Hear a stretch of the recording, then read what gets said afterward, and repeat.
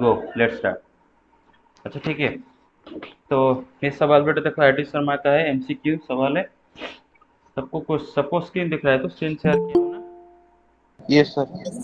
ओ, okay okay okay ठीक है। हाँ, ये सवाल देखो बोला है कि एक डिटर्मिनेंट देखा है डी के, ठीक है ना, डी के थोड़ा छोटा करके लिख दिया डी के, नीचे के है, डी के, ठीक है।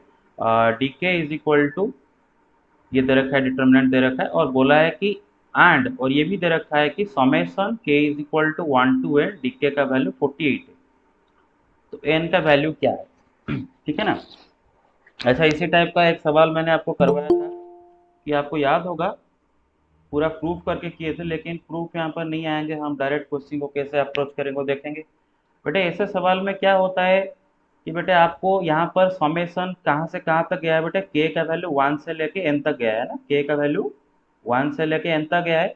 तो बेटा आप देखोगे कि आपका जो पूरा डिटर्मिनेंट होगा उसका कोई एक रो या फिर कोई एक कलम, है ना, कोई एक रो या फिर कोई एक कलम के सारे एलिमेंट के फंक्शंस होंगे, मतलब डिपेंडेंट ऑन के होंगे। मैं दोबारा बोलता हूँ, जब आपको ऐसा सवाल दिया जाता है और बोला गया कि summation D K is equal to 1 to N, मतलब के का वैल्यू 1 से एन तक एक सीरीज है, कंप्रेस्ड फॉर्म में लिखा गया है। तो ऐसे सवाल जब होता है तो डिटर्मिनेंट का कोई एक रो या फिर कोई एक कलम के सारे एलिमेंट के ऊपर डिपेंडेंट होंगे। तो यहाँ पर देखो बेटे, इसका फर्स्ट कॉलम के सारे एलिमेंट के ऊपर डिपेंडेंट है। बेटे देखो, 2k-1, 2k और 1, 1 constant, constant is also dependent on के। आप सबको पता है बेटे, 1 एनी कांस्टेंट इज आल्सो, हम कोई भी कांस्टेंट को बोल सकते हैं कि this constant is dependent on this variable, है ना बेटे, क्योंकि आप 1 की जगह लिख सकते हो ना 1 into K to the power 0, that is also equal to 1, है कि नहीं? अच्छा, यस सर। ओके। तो बात है कि ऐसे सवाल में आपको कोई एक रो या फिर कोई एक कॉलम के सारे एलिमेंट के फंक्शन दिए गए होंगे, जहाँ यहाँ पर वैसे दिया गया है। तो अब सवाल है कि समेशन के is equal to 1 to N, D K is equal to 48। अच्छा, अगर मैं डिटर्मिनेंट के ऊपर समेशन लगाऊं, डी के ऐसा दे रखा है, summation D K is equal to 1 to N. तो ये समेशन अगर मैं डिटर्मिनेंट के ऊपर अप्लाई करूँ तो क्या करूंगा बेटे, उसका जो रो या फिर जो कॉलम में कॉलम के सारे एलिमेंट के ऊपर डिपेंडेंट है उसी के ऊपर अप्लाई कर दूंगा समेशन, है ना। तो ये समेशन लेके मैं फर्स्ट कॉलम के सारे एलिमेंट के ऊपर अप्लाई कर दूंगा, है ना। तो समेशन के is equal to 1 to N 1, और ये वाला एलिमेंट क्या होगा, समेशन के is equal to 1 to n to k, और ये वाला एलिमेंट क्या होगा, समेशन के is equal to 1 to n to के-1, है कि नहीं। और बाकी सब सेम टू सेम रहेंगे, n square plus N plus two, N square, n square plus n, जो भी है बाकी सब वही का वही रहेंगे, ठीक है ना, प्लस एन प्लस टू, ठीक है। अच्छा, तो ऐसे हम समेशन अप्लाई करेंगे, है ना, हम मैंने बोला था। दोबारा बोल देता हूँ कि जब आपको ऐसे सवाल दिया जाता है, डिटर्मिनेंट का समेशन बोला होता है, डिटर्मिनेंट का समेशन बोला जाता है, और यहाँ पर बोला है K is equal to 1 to N, K या फिर लैम्बडा जो भी अगर दिया है, तो बेटे आप ढूंढना होगा आपको कोई एक रो या फिर कोई एक कॉलम के सारे एलिमेंट उसका फंक्शन दे रखे होंगे। यहाँ पर के फर्स्ट कॉलम के सारे एलिमेंट के फंक्शन है, तो ये समेशन लेके आपको फर्स्ट कॉलम के सारे एलिमेंट के ऊपर अप्लाई कर देना होता है। ऐसे हम समेशन निकालते हैं डिटर्मिनेंट का, ठीक है ना। ओके, तो इसको चलो मतलब फॉर्मलाइज कर लेता हूँ। फॉर एग्जाम्पल कहीं पर ऐसा एक फंक्शन, एक डिटर्मिनेंट दे रखा है D lambda is equal to, मानो सपोज दे रखा है A B C F of lambda, G of lambda, H of lambda, D E F, D whatever D F suppose दे रखा है, और सपोज मुझे इस डिटर्मिनेंट के ऊपर समेशन अप्लाई करना है, समेशन ई डिटर्मिनेंट के ऊपर समेशन अप्लाई करना है, lambda is equal to from 1 to whatever suppose N, ठीक है ना। तो मैं ये जो समेशन लेके डिटर्मिनेंट के ऊपर, डिटर्मिनेंट का कौन सा कॉलम के ऊपर अप्लाई कर दूं बेटे, पूरा सेकंड कॉलम के ऊपर समेशन अप्लाई कर देने का है ना। और ऐसे सवाल में देखोगे ऐसा कभी नहीं देगा कि मतलब दो दो कॉलम में, मतलब कॉलम के एलिमेंट मतलब लैम्बडा के ऊपर डिपेंडेंट होंगे, कोई एक दे रहा होगा, है ना, नहीं तो ज्यादा कॉम्प्लिकेटेड हो जाएगा। ऐसा नहीं दिया होगा कि ये भी लैम्बडा के ऊपर डिपेंडेंट है और एक कोई कॉलम भी लैम्बडा के ऊपर डिपेंड, ऐसा नहीं देने वाला, क्योंकि अगर देगा तो ज़्यादा कॉम्प्लिकेटेड हो जाएगा। तो जब भी देगा कोई एक कॉलम या फिर कोई एक रो के सारे एलिमेंट लैम्बडा के ऊपर डिपेंडेंट होंगे। तो आपको समेसन क्या किसके ऊपर लगाना है बेटा, सेकंड कॉलम के ऊपर लगाना है ना। A B C summation F of lambda summation G of lambda summation H of lambda, फिर यहाँ पर डी एफ। ऐसे समेसन किया था डिटर्मिनेंट का, समझ में आ रहा है ना मेरा बात? अच्छा, आपको ये समेसन का मतलब समझ में आता है? तो समेसन का मतलब, यस सर। हाँ, Yes. वो समझना बहुत ही जरूरी है ना। ये जो दे रखा है ना, summation K is equal to 1 to n, इसका मतलब क्या होता है बेटा, आप के का जगह 1 पुट करो d1, प्लस के का जगह 2 पुट करो d2, प्लस के का जगह 3 पुट करो d3, plus dot dot dot dot up to K का जगह n पुट करो dn, है ना। अच्छा, लैम्बडा लैम्बडा हमारे यहाँ पर लैम्बडा है। अच्छा बेटा, हमारा डीके क्या था, हमारा डीके क्या था, याद करो। डीके हमारा कुछ ऐसा था, A B C, sorry D K बोल रहा हूँ, डी लैम्बडा हमारा क्या था, A B C F lambda G lambda H lambda D E F, है ना। अच्छा, तो बेटे लैम्बडा की जगह अगर मैं 1 पुट करूँ तो क्या हो जाएगा, A B C F of 1 G of 1 H of 1 फिर डी एफ, समझ रहे हो ना मेरे बात? Yes, sir. प्लस बेटा अगर मैं लैम्बडा Yes, sir. अगर मैं लैम्बडा का जगह 2 पुट कर दूं तो क्या हो जाएगा, A B C F of 2 G of 2 H of 2 D F, ऐसे करके up to plus dot dot dot dot last को लैम्बडा का जगह खाली 1 रखना है ना, A B C F of, sorry n रखना, F of N G of n H of n D F, है ना। तो ये कितने डिटर्मिनेंट आप ऐड करे हो बेटे, N number of determinant add करे हो, है ना। एक प्रॉपर्टी के हिसाब से आप देख सकते हो बेटे कि आपका जो ये देखो बेटे, सब सारे डिटर्मिनेंट का देखो first column and third column same है, देखो सारे डिटर्मिनेंट का first column third column same है ना। अच्छा, तो बेटे क्या मैं इस डिटर्मिनेंट को ऐसे लिख सकता हूँ, A B C F of 1 plus F of 2 plus dot dot dot plus F of N G of 1 plus G of 2 plus dot dot dot plus G of N, then h of 1 plus h of 2 plus dot dot dot plus h of n, then d e f। ये सारे जो n number of determinant को मैं add करके single determinant बना सकता हूँ। एक प्रॉपर्टी के हिसाब से डिटर्मिनेंट का अगर कोई एक रो या फिर कोई एक कॉलम के सारे एलिमेंट अगर n नंबर ऑफ एलिमेंट के सॉम के रूप में एक्सप्रेस हुए हैं तो हम पूरा डिटर्मिनेंट को उसी रो या फिर उसी कॉलम के अलग पर स्प्लिट करके n नंबर ऑफ डिटर्मिनेंट के सॉम के रूप में एक्सप्रेस कर सकते हैं ना। तो यहाँ पर इसका जो सेकंड कॉलम है इसके सारे एलिमेंट बेटे n नंबर ऑफ एलिमेंट के सॉम के रूप में एक्सप्रेस हुए हैं ना। तो मैं पूरा डिटर्मिनेंट को ये सेकंड कॉलम के अलग पर स्प्लिट कर दे तो एक डिटर्मिनेंट क्या होगा, A B C F one G one H one D E F, और एक क्या होगा plus A B C F two G two H two D E F, और एक क्या होगा ए बी सी, ऐसे आगे आगे चलते चलते F N G N H N D E F, है ना, ऐसे ही तो स्प्लिट करते हैं। अच्छा, तो क्या मैं is equal to A B C, बेटे ये जो F one plus F of two plus dot dot dot plus F of N लिखा है, क्या मैं इसको लिख सकता हूँ summation lambda is equal to 1 to n F of lambda, पहला एक्सप्रेशन को, हाँ,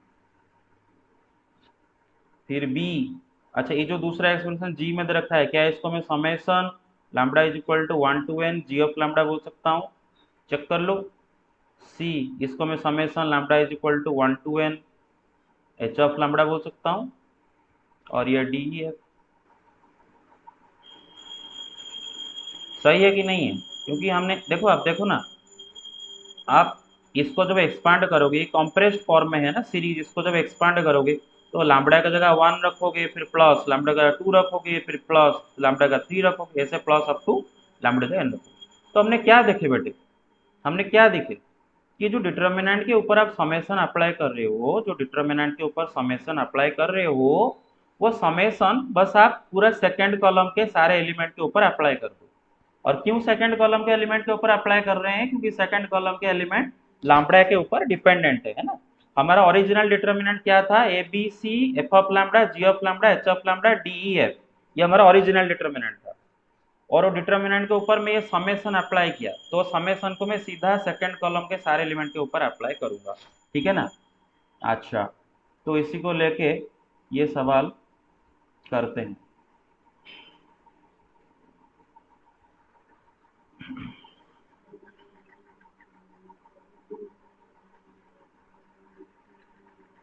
समझ में आया तो जो बोल समझा है अभी? Yes, sir. Okay okay Yes, sir. Okay okay, Sir. ठीक है। हाँ, तो बेटे बोला है कि इसका वैल्यू आपका डीके दे रखा है ये, और समेशन देखा इज इक्वल टू 48।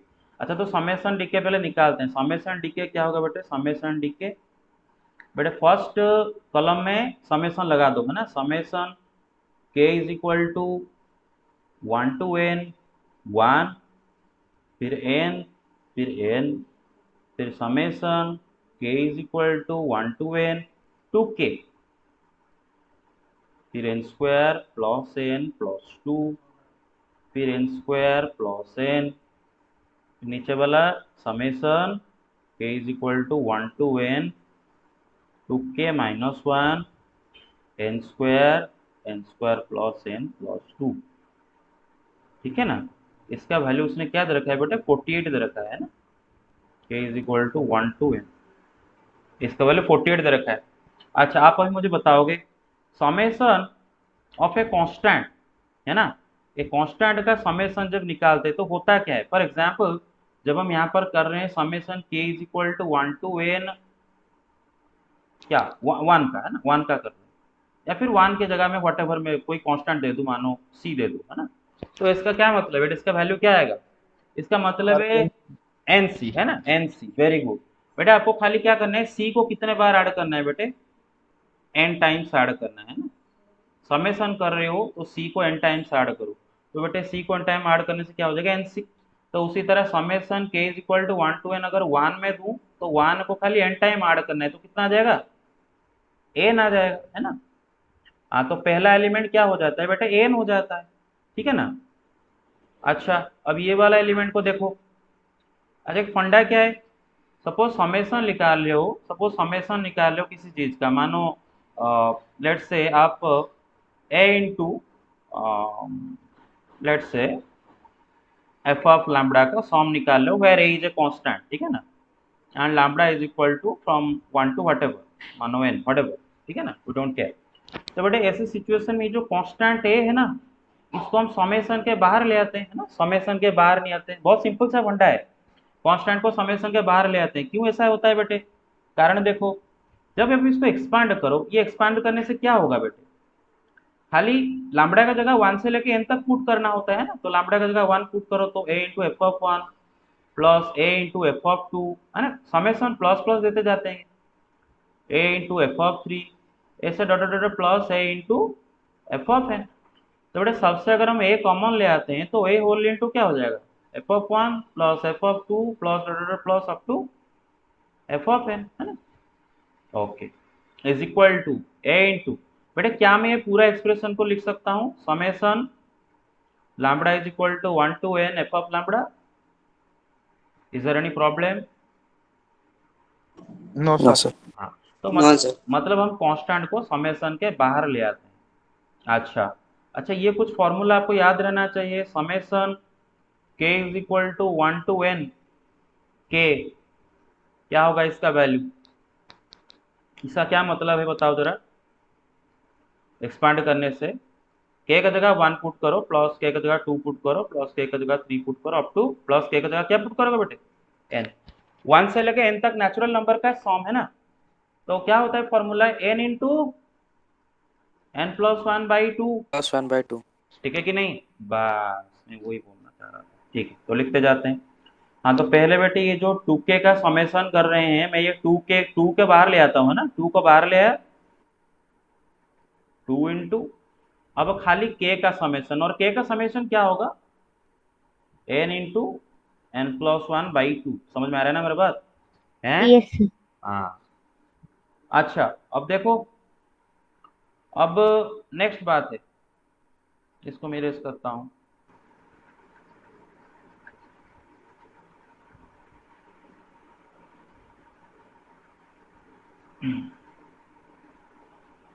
हाँ, अब बात क्या है कि सपोज हमें दे रखा है कि F of lambda plus G of lambda का समेशन प्लस और माइनस, ये पूरा का summation, summation something lambda is equal to 1 to N what ever.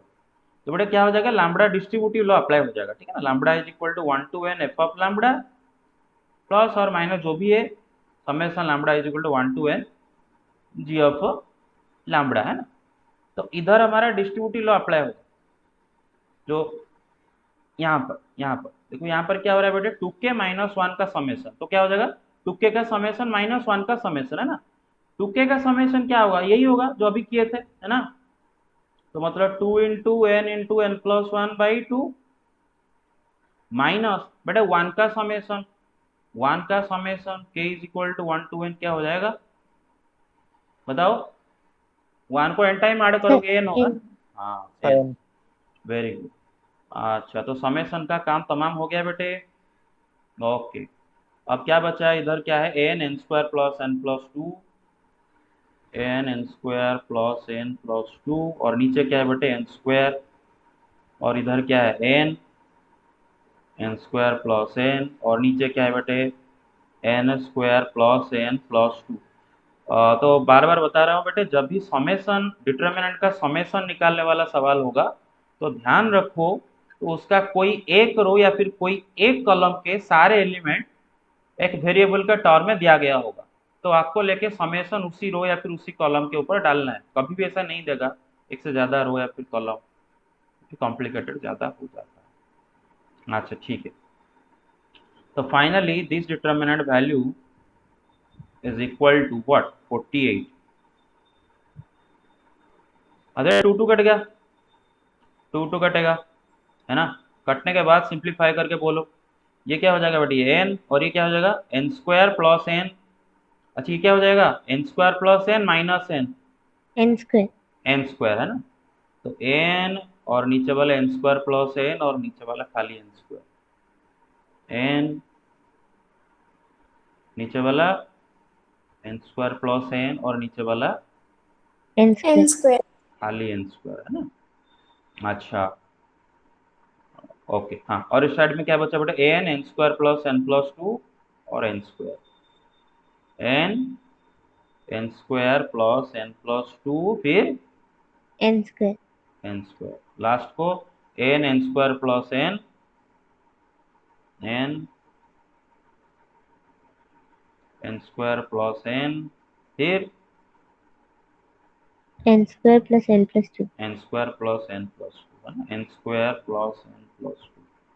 This determinant value is equal to 48। हमें एन का वैल्यू निकालना है ना बेटे। अच्छा, ऑब्जर्व करो, सिंपल सा फंडा आ गया, मैंने बताया था कि एक ऐसे जगह पर हमेशा यही करेंगे। फर्स्ट रो के देखो सारे एलिमेंट सेम है ना, तो इनमें से दो को जीरो बनाना है। किसको किसको भाई, इन दोनों को मैं हमेशा जीरो बनाता हूँ, है कि नहीं भाई। तो क्या करते हैं, yes column to becomes column to minus column one, column three becomes column three minus column one. करो, तो कॉलम वन क्या क्या है, एन स्क्वायर प्लस एन, नीचे है एन स्क्वायर। हाँ, तो कॉलम टू क्या होगा, कॉलम टू से कॉलम वन माइनस करो, तो एन से एन माइनस करोगे तो क्या रहेगा zero. N square plus N plus two से n square plus N minus करो, क्या रहेगा टू रहेगा ना। नीचे एन स्क्वायर से एन स्क्वायर माइनस करो, क्या रहेगा जीरो रहेगा।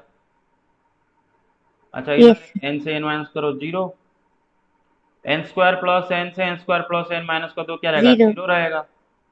N square plus N plus two से एन स्क्वायर माइनस करने से क्या रहेगा बेटे n plus 2. N plus two. अच्छा, ये डिटर्मिनेंट इज इक्वल टू 48।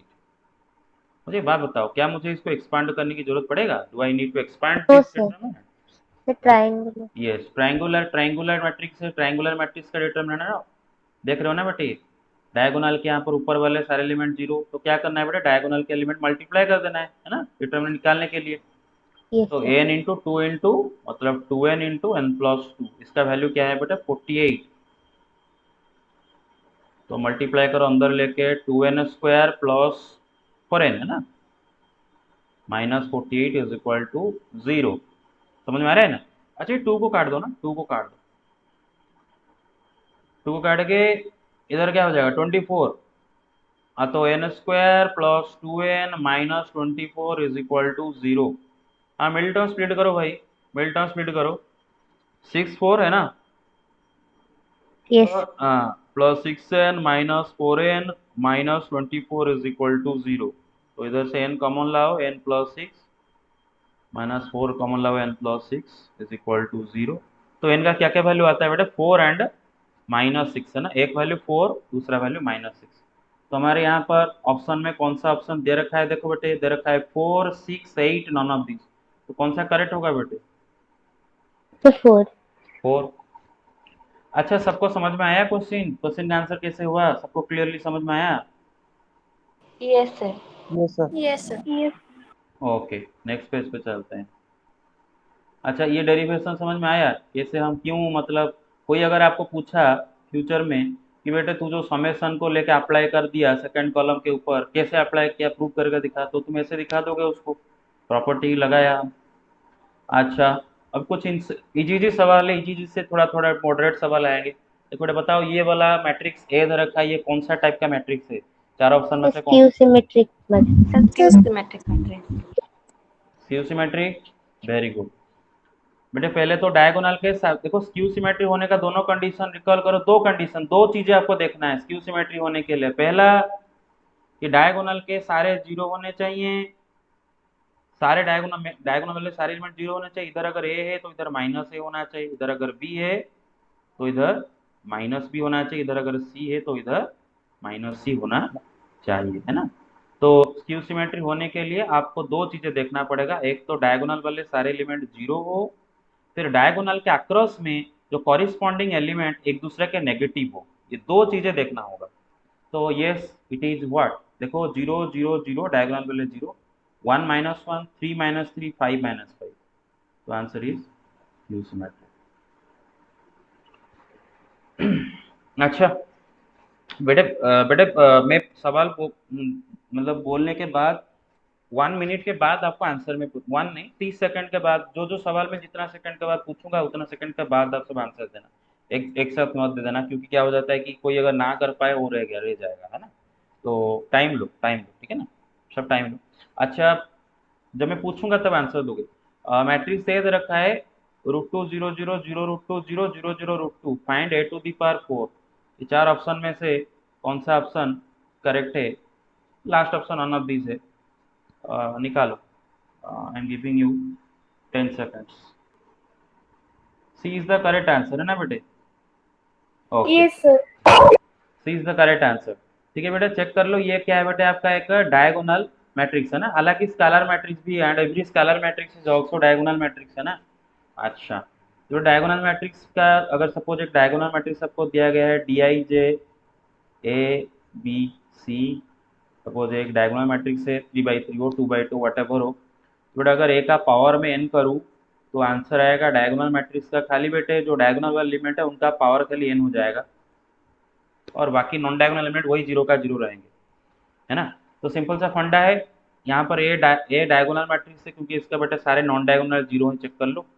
तो जब आप उसका पावर 4 करोगे, देखो ये नंबर सेम रहना जरूरी नहीं है ये फॉर्मूला के लिए, क्योंकि ये डायगोनल मैट्रिक्स खाली चाहिए। तो चलो ठीक है ये तीन नंबर सेम है। हाँ तो बड़े पावर 4 करोगे तो क्या करोगे, तीनों का पावर 4 कर दोगे, ठीक है। तो √2 का पावर 4 क्या होगा, √2 का स्क्वायर, √2 का स्क्वायर क्या होता है 2, 2 का स्क्वायर 4। तो आंसर क्या होगा सी। आज नेक्स्ट पेज पे चलते हैं। हाँ तो ये बता ही दो, चलो बता ही दो, 10 सेकंड के बता ही दो। Sir, X option to the C. power n. x to the power n x to the power n x to the power n है ना, ऑप्शन सी, वेरी गुड। अच्छा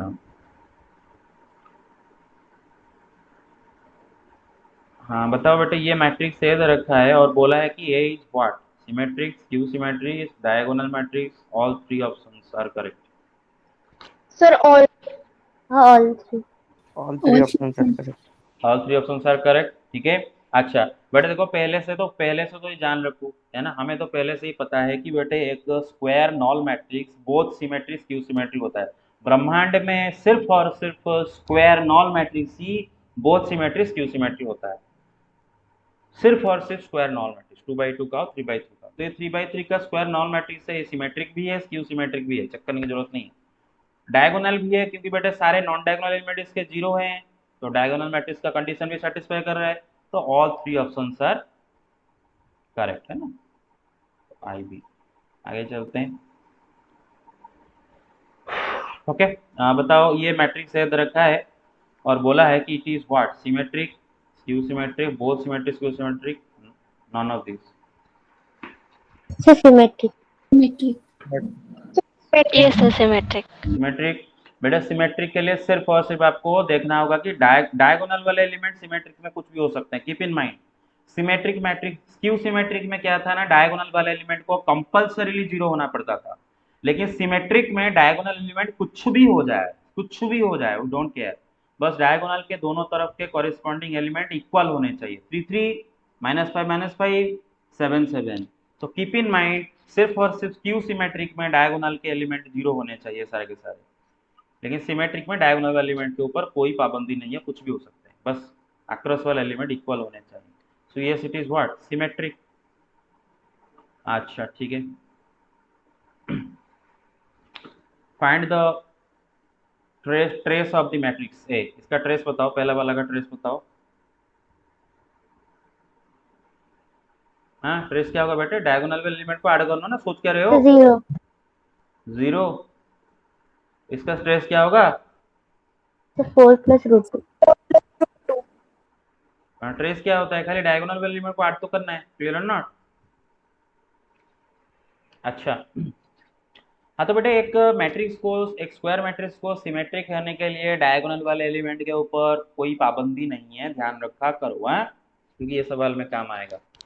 बेटे बोला है कि let A is equal to x5 5y and A is equal to A transpose, then इनमें से कौन सा ऑप्शन सही है, बोलो। Sir, x and y can be any number.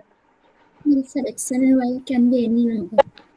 X and Y can be in any number, है ना, any number, क्योंकि बेटा देखो उसने जो बोला है, दे रखा है कि हाँ डे is equal to A transpose, तो इसका कहने का ये मतलब है कि बेटे ए एक सिमेट्रिक मैट्रिक्स है, क्योंकि सिमेट्रिक स्क्वायर मैट्रिक्स का ट्रांसपोज उसी के साथ इक्वल होता है।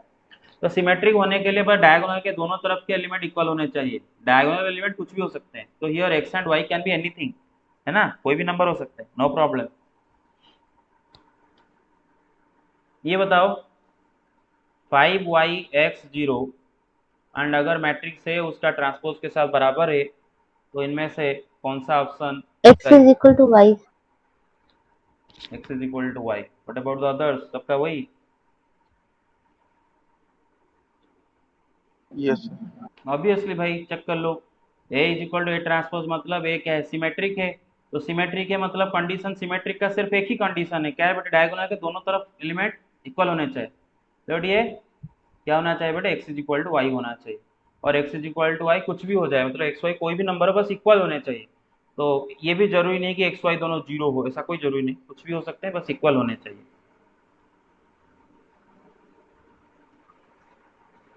हाँ बेटा, if A B are two matrices such that A B is equal to A and B A is equal to B, then A square is equal to what, निकालो।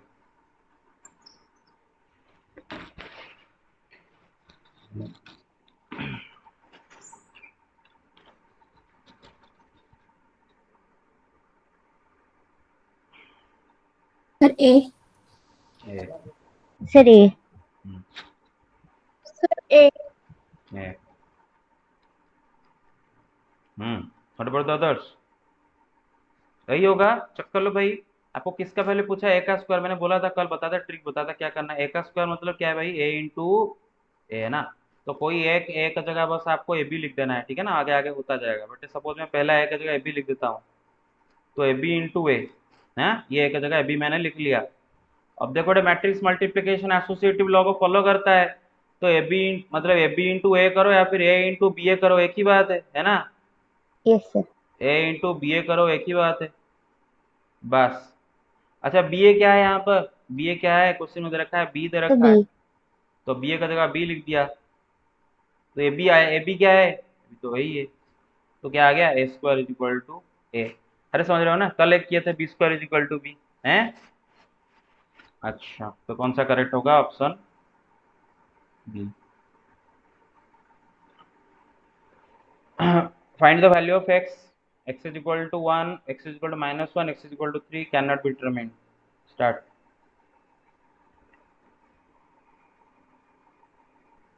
Okay, cannot be determine answer हुआ, very good. तो देखो यहाँ पर आपका ये दोनों determinant, दोनों मैट्रिक्स अगर इक्वल है बेटा, कॉरेस्पॉन्डिंग एलिमेंट इक्वल होने चाहिए, एक्स स्क्वायर का वैल्यू 1 होना चाहिए और इसका वैल्यू 0 होना चाहिए, दोनों होने चाहिए। अच्छा एक्स स्क्वायर का वैल्यू 1 होने के लिए एक्स का वैल्यू क्या क्या होना पड़ेगा, इधर 1 और -1, 1 या फिर -1 एक्स की जगह रखने से उसका स्क्वायर 1 के जगह इक्वल होता है। लेकिन X square -7x + 12 is equal to 0, अगर इसको सॉल्व करो तो एक्स का 2 वैल्यू आता है, दो रूट, दो वैल्यू पॉसिबल वैल्यू आते हैं, 3 या फिर 4 है ना, 3 या फिर 4। Yes sir. तो बेटा इसका मतलब अगर यहाँ पर x का 3 या फिर 4 रखे तब ये 0 के साथ इक्वल होगा, और यहाँ पर अगर 1 या फिर -1 रखे तब ये 1 के साथ इक्वल होगा।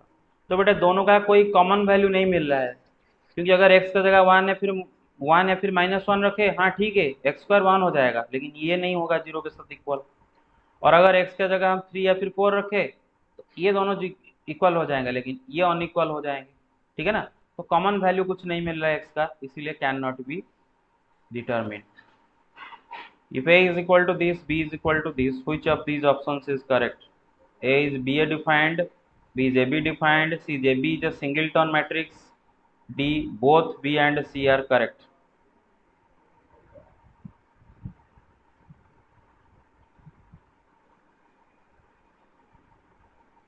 Sir option Option sir both भी है। ऑप्शन डी करेक्ट है ना भाई। Yes sir. Yes, sir. देखो बी भी करेक्ट है, क्योंकि ए बी डिफाइंड हो रहा है बेटा, ए है post factor, sorry pre factor, and B है पोस्ट फैक्टर है ना बेटे। तो प्री फैक्टर का number of columns, post factor का नंबर ऑफ रोज बराबर होने चाहिए, तो ए बी डिफाइंड हो गया। तो देखो यहाँ पर ए का ऑर्डर क्या आएगा 1/3, इसका ऑर्डर क्या है 3/1, तो ऑब्वियसली ए बी डिफाइंड हो जाएगा। तो तो बी बीए भी कर, तो डिफाइन, हाँ तो बीए भी तो डिफाइन हो रहा है। बी ए बी डिफाइंड, हाँ बी ए बी डिफाइंड हो रहा है एक्चुअली में। अच्छा हाँ बी ए बी डिफाइंड हो जाएगा, तो ऑप्शन थोड़ा और एक लगा देते हैं इधर, सॉरी सॉरी सॉरी। अब both option A B C are correct, ठीक है ना, A B C are correct, हाँ बी भी तो डिफाइंड हो जाएगा, A B C are correct. तो बी भी तो डिफाइंड होगा ना, क्लियर और नॉट। अगर बेटे एक मैट्रिक्स का ऑर्डर m/n है एंड दूसरा मैट्रिक्स का ऑर्डर n/m है, सपोज एक a है और दूसरा b है, a का ऑर्डर m/n, b का ऑर्डर n/m, तो a b b दोनों डिफाइंड होते हैं, आपको पता है ना, पढ़े थे। अगर a का ऑर्डर m/n तो b का ऑर्डर क्या होना चाहिए ताकि a b b दोनों डिफाइंड हो जाए, n/m, क्लियर और नॉट। तो ऑब्वियसली यहाँ पर तीनों करेक्ट है। अच्छा सवाल देखो, if A and B are matrices of the order 2/m and 2/n respectively, A का ऑर्डर है 2/m, बी का ऑर्डर है 2/n। अच्छा अगर एक मैट्रिक्स में एक स्केलर मल्टीप्लाई कर दिया जाए तो जो न्यू मैट्रिक्स मिलेगा उसका ऑर्डर चेंज हो जाएगा क्या, नो सर। चेंज नहीं होगा, वेरी गुड। तो बेटा मैट्रिक्स ए का ऑर्डर 2/m है, मैट्रिक्स बी का ऑर्डर 2/n है, और बोला है कि m is equal to n, m and n बराबर है, तो 7a माइनस 3b का ऑर्डर क्या होगा, इनमें से कौन सा करेक्ट, सर 2/, बोथ है ना, बोथ, बोथ होगा ना बेटा, both B and C correct, check कर लो। 7a का ऑर्डर क्या होगा, जो a का ऑर्डर है वही रहेगा, वही 2/m, 3b का ऑर्डर जो b का ऑर्डर है वही रहेगा, वही 2/n, एंड m n दोनों बराबर है ना बेटे। तो मतलब 7a का ऑर्डर 2/m है और 3b का ऑर्डर 2/n है, और n एंड m बराबर, तो 3b का ऑर्डर भी 2/m बोल सकते हो। तो बेटे सब्ट्रैक्शन इज पॉसिबल है ना, और सब्ट्रैक्शन करने के बाद जो न्यू मैट्रिक्स मिलेगा उसका भी ऑर्डर क्या रहेगा, वही 2/m रहेगा।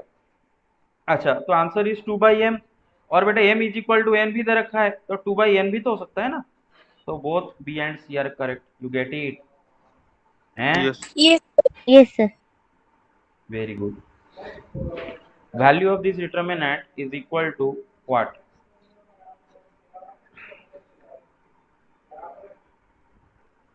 Very good, 0. हाँ, देख लो देख लो देख लो देख लो. ट्रिक पता था, मैं प्रूव करके आपको ये समझाया था. log A B into log मानो दे रखा है बी सी, ठीक है ना. मतलब यहाँ पर b का log a को बेस रख के और यहाँ पर c का log b को बेस रख के, दिस इज इक्वल टू, मैंने ट्रिक बताया था आपको. ट्रिक याद रखना है बेटे. क्या करना है बेटे? देखो, ये b काट दो, log a c, क्लियर और नॉट. c का log a को बेस रख के, याद ट्रिक बताया था, क्लियर और नॉट. अरे समझ में आ रहा है? ट्रिक बताया था. तो जब मैं आपको log A B into log B A पूछ रहा हूं, है ना, तो बेटा ट्रिक क्या, ये देखो बी कट गया तो क्या आ रहा है? log ए है ना बेटे, log ए. तो बेटे जिसका log निकाल लो, अगर बेस वही नंबर है तो आंसर क्या आता है बेटे? 1 आता है. बोलो सर, क्वेश्चन रॉन्ग है. क्यों? तो दोनों जगह ओ, लॉग Yes, भी sir. है. B ओ, A log B. Oh, sorry sorry sorry sorry sorry sorry sorry. हाँ, अब सही हो गया. Yes sir. ओके, तरतर में लिखा था, थोड़ा गलत हो गया था. चलो ठीक है, कोई नहीं. मल्टीप्लाई होके ये कितना हो जाएंगे? 1 हो जाएंगे. ये दोनों मल्टीप्लाई होके, ये दोनों मल्टीप्लाई हो जाएंगे, 1 हो जाएंगे. और 1 माइनस 1 कितना आ जाएगा? 0. क्लियर और नॉट? हेलो. Yes, sir. अच्छा, इसका आंसर निकालो. स्टार्ट.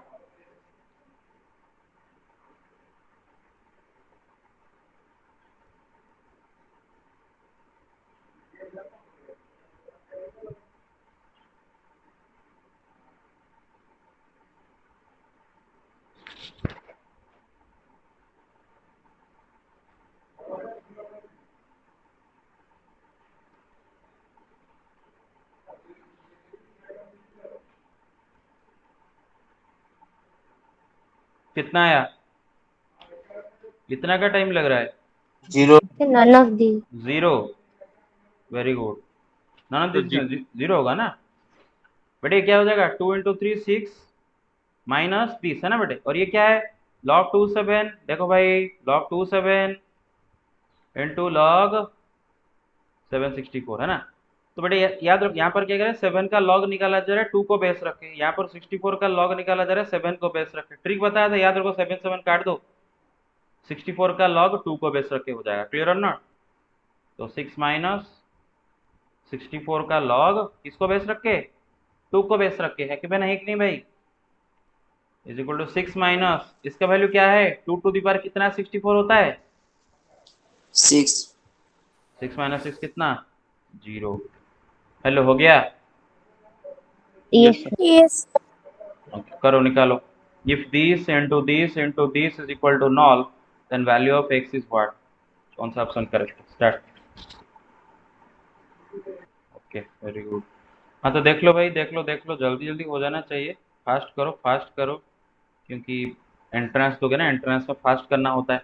हाँ, तो बेटा देखो, 3 मैट्रिक्स मल्टीप्लाई हुए हैं बेटा. एसोसिएटिव लॉ लगाओ. आप इन दोनों को पहले मल्टीप्लाई करो या फिर इन दोनों को पहले मल्टीप्लाई करो, की फर्क पड़ता है ना. तो मानो सपोज मैं इन दोनों को पहले मल्टीप्लाई करता हूँ, है ना बेटा. इसका ऑर्डर क्या है बेटा? 1/3. इसका ऑर्डर क्या है? 3/3. इसका ऑर्डर क्या है बेटा? 3/1 है ना बेटे.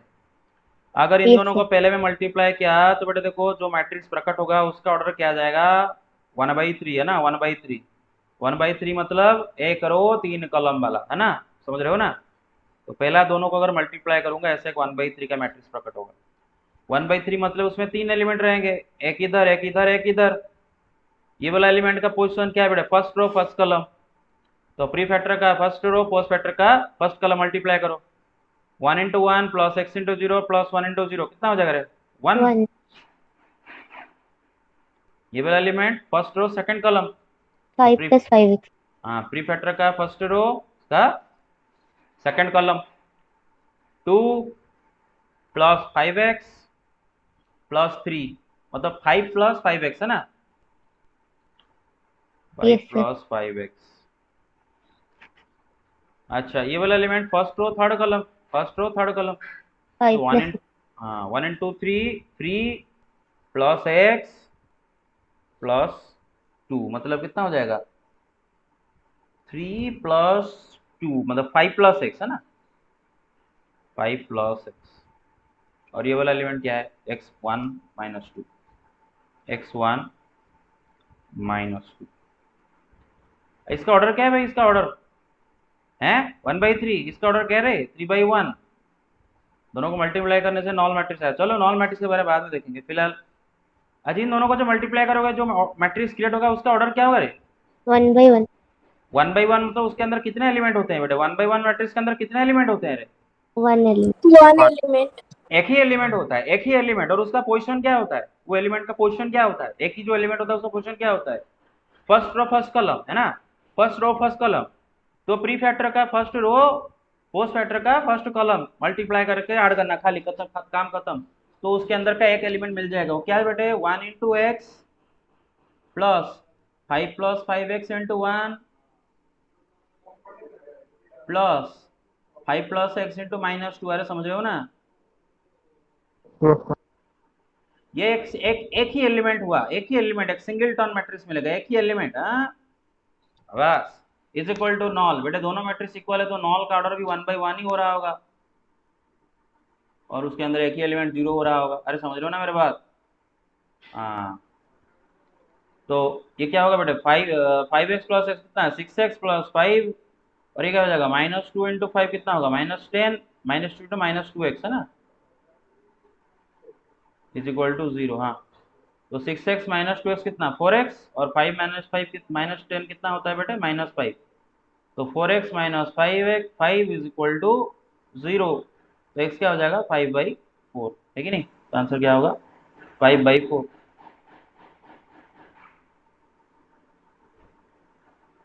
बताओ if A is a square matrix such that A का square is equal to A, then this is equal to what, इनमें से कौन सा ऑप्शन करेक्ट है, स्टार्ट। हाँ ओके, देख लो, देख लो भाइयों बहनों, भाइयों बंधुओं सब देखो।